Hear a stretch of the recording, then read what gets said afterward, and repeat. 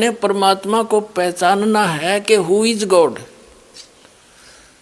परमात्मा कौन है, कैसा है और कहाँ प्रमाण है जो हम बता रहे हैं। बगैर प्रमाण के तो आज तक हम सब की बातों पर विश्वास कर ही रहे थे, पर अब हम बिना प्रमाण मानना नहीं कभी भी किसी की बात को, क्योंकि हम दूध के जले हुए हैं और छाछ को भी फूकेंगे तब हम बचे रहेंगे।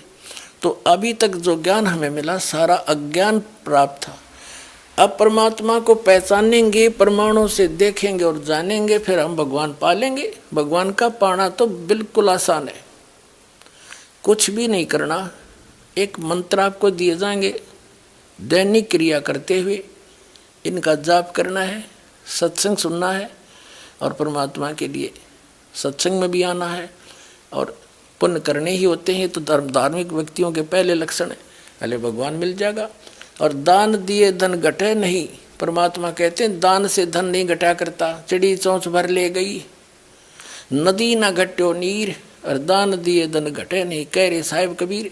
यानी परमात्मा अपने आदेश दे रहे हैं कि जो इस शास्त्र अनुकूल साधना के अनुसार दान देगा। गुरु बिन माला फेरते, गुरु बिन देते दाने, गुरु बिन दोनों निष्फल हैं, चाहे पूछो वेद पुराण।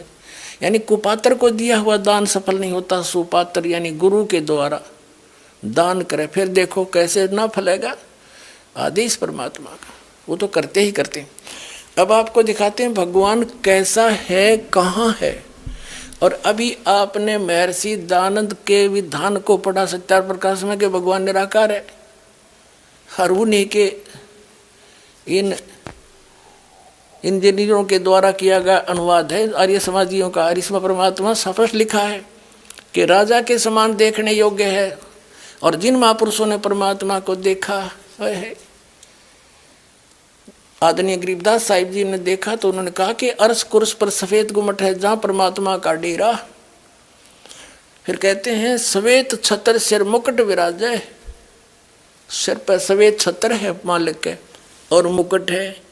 देखत ना उस चेहरे नु, तुम सच साधना नहीं करते, परम संत मिले नहीं, तो तुम उस चेहरे को, उस परमात्मा के उस स्वरूप को नहीं देख पा रहे हो जिसके सिर पे मुकुट है और ऊपर छत्र है, सिंहासन पर विराजमान है, अर्श कुर्स पर सफेद गुम्मट है, गुम्मट है जहाँ परमेश्वर का डेरा सतलोक में। और वही वेद बताते हैं, वही वेद बताते हैं, वही आंखों देखा वो महापुरुष बताते हैं जिनको भगवान अपने स्थान पर लेकर गए थे, वापस छोड़ा था। और वही परमात्मा स्वयं बताते हैं। फिर तो आसानी तो समझ में आ जाएगा कैसा है भगवान। अब देखिए वेद, ऋग्वेद 9 और 10 मंडल इकट्ठे ही अनुवादित हैं, इसके ये अनुवाद कर रखा है। ये देखिएगा, प्रकाशक हैं सार्वदेशिक कार्य प्रतिनिधि सभा, महर्षि दयानंद भवन, रामलीला मैदान, नई दिल्ली। अनुवाद करता ये है मुद्रक Prince offset printers 1510 Pataudi house Daryaganj नई दिल्ली से। अब इसके ऋग्वेद मंडल नंबर 9 सूक्त नंबर 86 का और मंत्र नंबर 26-27 लेते हैं हम पहले। ऋग्वेद मंडल नंबर 9 सूक्त 86 का मंत्र 26। इसमें क्या किया है कि यज्ञ करने, क्या अनुवाद किया है इन्होंने, खुद अनुवाद कर रखा है आर्य समाज के आचार्यों ने। और जो भगवान को निराकार बताते, हर वेद क्या बताते, तो इन्हें खाक जाना वेदों का। और फिर नो के रामपाल झूठा प्रचार करे मैं ऋषि दयानंद का। वाह भाई वाह, झूठे को झूठा कह दिया, इसमें क्या कुप्रचार हो गया, सच्चाई कही है। देखो ये खुद अनुवाद कर रहे हैं कि यज्ञ करने वाले यजमानों के लिए, हम 26वां मंत्र पढ़ रहे हैं। यज्ञ करने वाले, यज्ञ माने धार्मिक अनुष्ठान, साधना करने वाले, यजमान माने साधकों यानी भक्तों के लिए परमात्मा सब रास्तों को सुगम करता हुआ उनके विघ्नों को यानी संकटों को मर्दन करता है, नाश करता है, उनको पवित्र करता हुआ और अपने रूप को सरल करता हुआ वह कांति में परमात्मा अब देखो इन्होंने इसका अर्थ सर्वज्ञ कर दिया कबीर का। ये देखो ये है कबीर, हम कबीर बोला ब कबीर, हम वेदों को वेद बोलते हैं, यहाँ कबीर, इसको इन्होंने संधि छेद करके ऐसे लिख दिया और अर्थ कर दिया सर्वज्ञ। यहाँ लिखना था वो कबीर देव, कबीर देव, देव माने परमात्मा, कबीर भगवान विद्युत के समान क्रीड़ा करता हुआ वर्णीय पुरुष को यानी अच्छी आत्मा को प्राप्त होता है। अब ये कंसेप्ट क्लियर कराएंगे, इसको देखेंगे कि कबीर माने कबीर देव होना चाहिए। यहाँ पर कबीर साहब, भगवान की महिमा चल रही है और भगवान की महिमा में कबीर शब्द है, तो कबीर देव ये कवि मान लो, कबीर देव लिख दो, ये कबीर देव, हम कबीर देव कहते हैं, कबीर ये कवि मानने हैं। तो यहाँ अगर अनुवाद सही करेंगे इसका तो कबीर देव लिख दो। जैसे यजुर्वेद है, अपने आत्माओं आज हमने कंप्यूटर तो ही बना लिए और ऐसे ऐसे जटिल प्रश्न हल करते हैं हमारे बच्चे, बेटी बेटियां बच्चे, तो ये तो कुछ भी कोई ना आपके लिए समझण में, वो तो एक दो रोटी के लिए माथा पे 16 साल करते हो और यहाँ 2 मिनट में समझा देगा दास आपको, सारी बात समझ में आ जाएगी, भगवान पावांगे, सतलोक चलेंगे। अब सारा पढ़ लिया, 20 साल बालक पढ़ा दिया, 15-16 वर्ष पढ़ा, फिर मृत्यु हो जाए बालक की, बताओ गया पढ़ा। और ये किया हुआ कभी व्यर्थ नहीं हो सकता, जो दास बताने जा रहा है। कहते हैं कबीर कमाई आपनी कदे ना निष्फल जा, और 7 समंदर आडे पड़ो हुआ मिले अगा हुआ। ये जो साधना दास आपको देगा कभी व्यर्थ नहीं हो सकती आपकी, एक सांस भी खाली नहीं जा सकता, इसकी कमाई मिलेगी वहाँ पर। अब देखो यजुर्वेद, ये महर्षि दानंद का ही अनुवाद है आर्य समाज वालों का। ये यजुर्वेद और प्रकाशक वही सार्वदेशी कार्य प्रतिनिधि सभा 2/5 महर्षि दानंद भवन, रामलीला मैदान, नई दिल्ली से। महर्षि दानंद सरस्वती द्वारा इसका अनुवाद है। Prince offset printers 1510 Pataudi house Daryaganj, नई दिल्ली से ही प्रकाशित छपा है। इसके 36वें अध्याय को आपको दिखाते हैं। प्रथम मंत्र में ये है यजुर्वेद और 60-300 अध्याय 36वां अध्याय है। इसके प्रथम मंत्र में यजु शब्द है। रचम वाचम परपदे मनो यजु परपदे श्याम प्राणम परपदे चक्षु श्रोत्रम परपदे, ये यजु शब्द लेना हमने। इसका अर्थ क्या किया महर्षि दानंद ने, यहाँ देखना, ये किया है यजु का अर्थ यजुर्वेद किया, बिल्कुल सही लिखा। यदि इस यजु शब्द का कोई अर्थ तो बनता है, यजु माने साधना, परमात्मा से मिलाने वाले मंत्र, इसका कुछ अन्य अर्थ कर देते तो ये कैसे पता लगता कि महिमा यजुर्वेद की है, उस बुक की है। यहाँ यजुर्वेद लिखना अनिवार्य था, जबकि ये केवल यजु है, ये यजुर्वेद लिख दिया, बिल्कुल सही किया, ये सही अनुवाद है।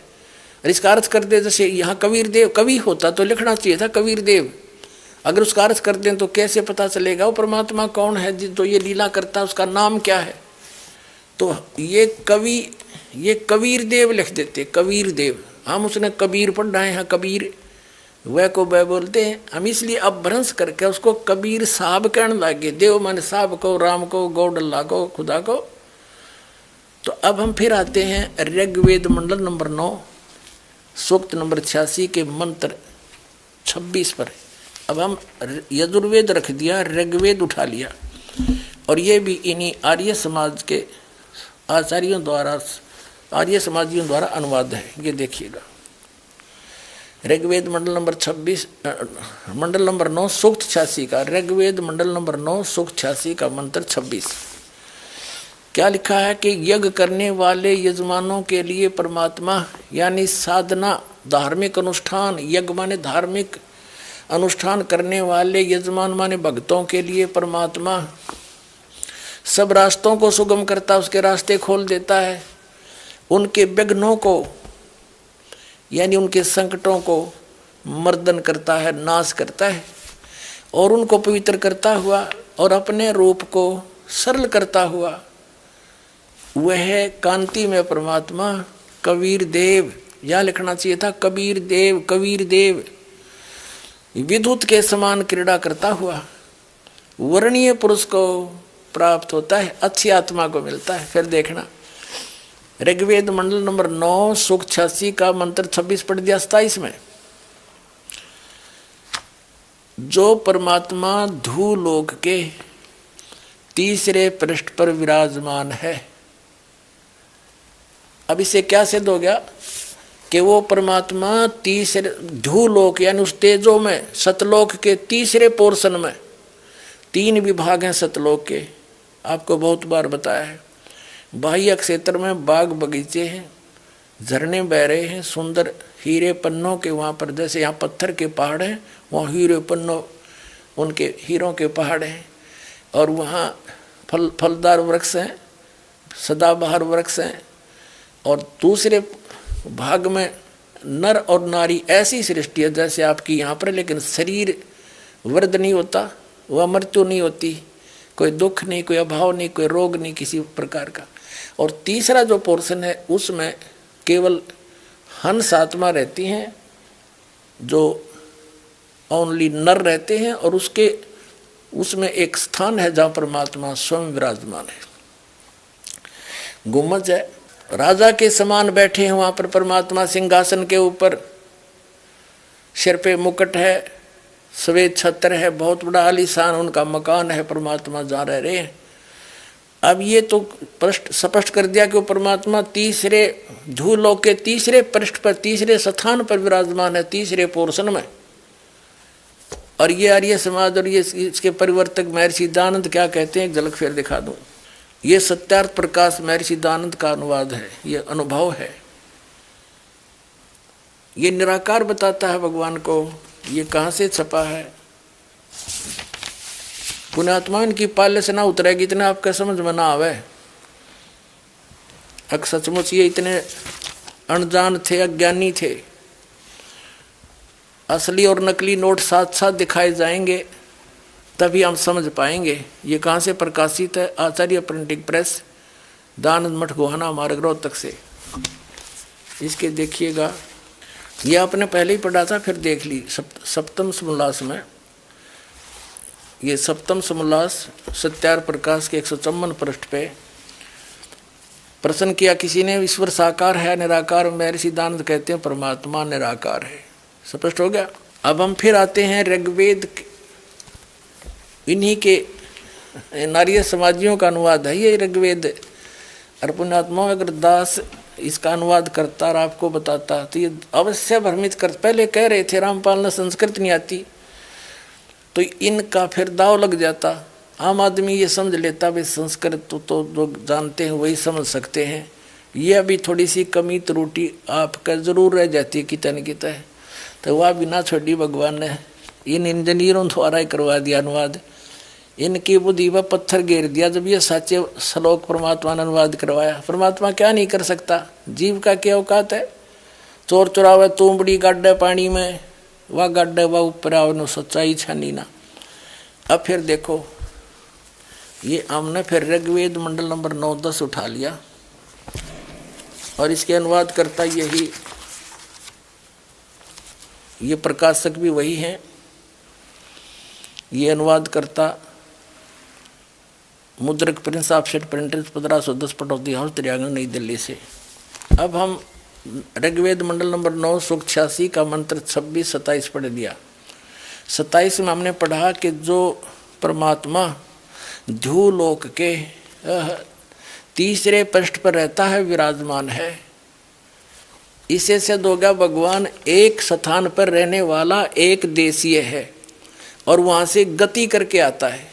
यहाँ देखना, अब ऋग्वेद इसी मंडल नंबर 82 का मंत्र एक और कति स्पष्ट कर देगा। मंडल नंबर 9 सूक्त 82 ऋग्वेद का और मंत्र 1। सोम माने सर्वोत्पादक प्रभु, सबकी उत्पत्ति करने वाला, प्रकाश रूप, सद्गुणों की वर्षा करने वाला और पापों का हरण करने वाला। महर्षि का पाप का काट नहीं सकता और वेद कहते हैं पापों का हरण करने वाला। वह राजेव राजा के समान ये देखो 269 रुपये पड्डा, हमने कदे नहीं सोचा पृष्ठ बदल गया होगा। अब 270 रुपये। राजेव के, राजा के समान, यहाँ तो लिखा राजा के समान, राजा के यहाँ आ गया समान। राजा के समान दर्शनीय है, देखण जोगा है, साकार है, राजा के समान सिंहासन पर बैठा है और वह पृथ्वी आदि लोक लोकांतरों के चारों ओर शब्दमान हो रहा है। वह वर्णीय पुरुष को जो दृढ़ भक्त है उसको पवित्र करता हुआ मिलता है, उसको प्राप्त होता है दृढ़ भक्त को, अच्छी आत्मा को जो दृढ़ भक्त है। जिस प्रकार विद्युत स्नेह वाले स्थानों को आधार बनाकर प्राप्त होता है। और देखियो फिर क्या किस उद्देश्य से लेकर आता है, हे परमात्मन उद्देश्य करने, उपदेश करने की इच्छा से आप महापुरुषों को प्राप्त होते हो। आप अत्यंत गतिशील पदार्थ के समान यानी बहुत तीव्रता से हमारे अध्यात्म यज्ञ को प्राप्त होते हो। आप कबीर देव हैं, वो सिद्ध कर दिया था, आप कबीर देव हैं, आप कबीर साहब हैं, शुद्ध स्वरूप हैं। हमारे पापों को दूर करके हे अमर परमात्मा हमको सुख दें। अपने आत्माओं मोती मुक्ता दर्शत नाही, ये जग है सब अंदरे, दिखत के तो नैन चुम इनका फिरा मोतिया बंदरे। ये कहाँ थे महर्षि विद्वान और गच्छामी संस्कृत ने घोटे बैठे थे, इन्हें का पता नहीं। वेद क्या बताते हैं, भगवान साकार है, नर आकार है, राजा के समान देखने में है, वहाँ पर एक स्थान पर रहता है, ये निराकार बताते हैं। आर्य समाज के आचार्य और महर्षि दयानंद, और परमात्मा किसी लोक में नहीं रहता। तो खाक विद्वान था ये, क्या जाना इनको, इन्होंने वेदों को।